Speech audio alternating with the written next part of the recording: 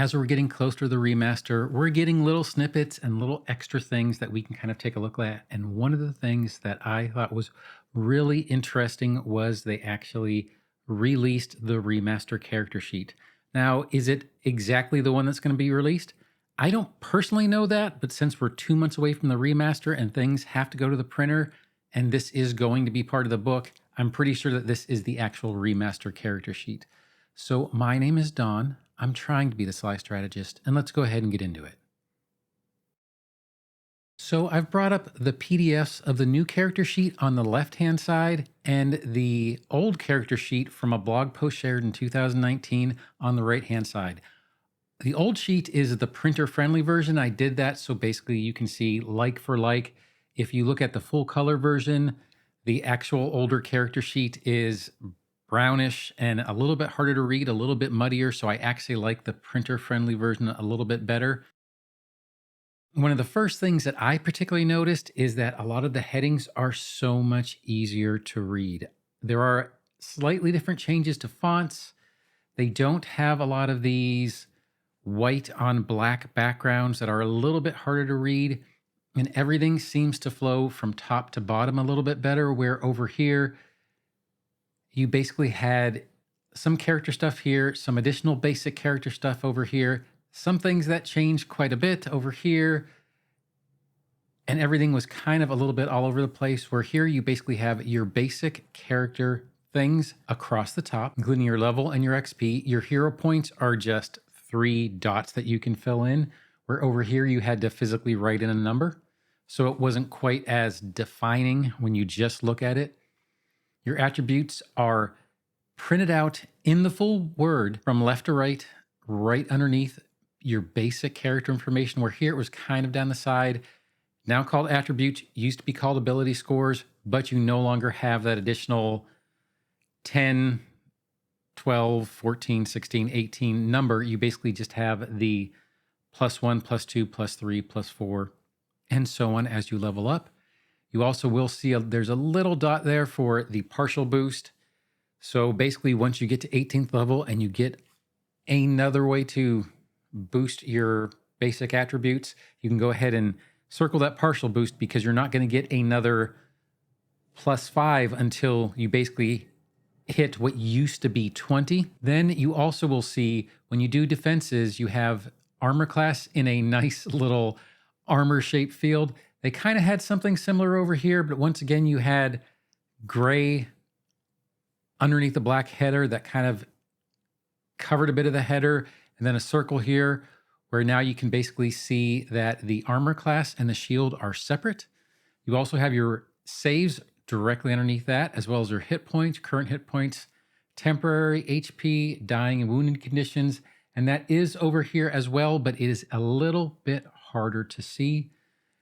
The one thing I will say I do like better in the older character sheet, and you can really see it here when you talk about the armor class, is you can see the trained, expert, master, and legendary is a little bit more visible than it is on the newer character sheets. Shouldn't change that much, only basically when you level at certain points, and it depends on your class on when you're going to get your expert, master, or legendary at some of these armors, if you get it at all. However, it is a little bit harder to see, and it is actually even a little bit smaller once you're looking at your fortitude, reflex, and will save over here. So I kind of do like that a little bit better on the older one.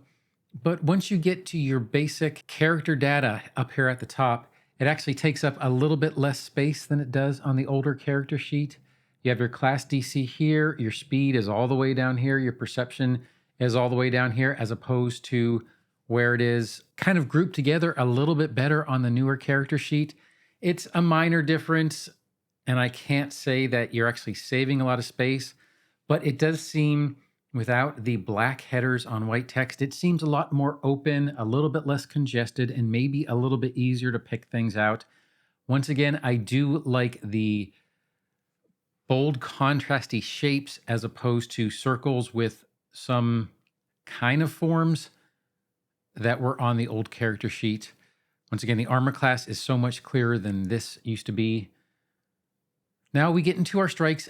Very, very similar in truth, but It just seems so much easier to read when the headings aren't the black with white text. The page seems a lot less congested. The skills are about the same. As a matter of fact, this even has a little bit more space is used for these skills, but because there's not the super large headings, it seems like it's a lot more open. And one thing I do want you to notice is the languages for your character are grouped up with the character information up at the top, where in the older sheet, it was kind of towards the bottom. You'll see less defined changes as you go further in the sheets. The big difference, I would say, probably between these two is that you do seem to feel like a less congested page once you take off the black header with the white text. It really just seems to crowd the page a lot.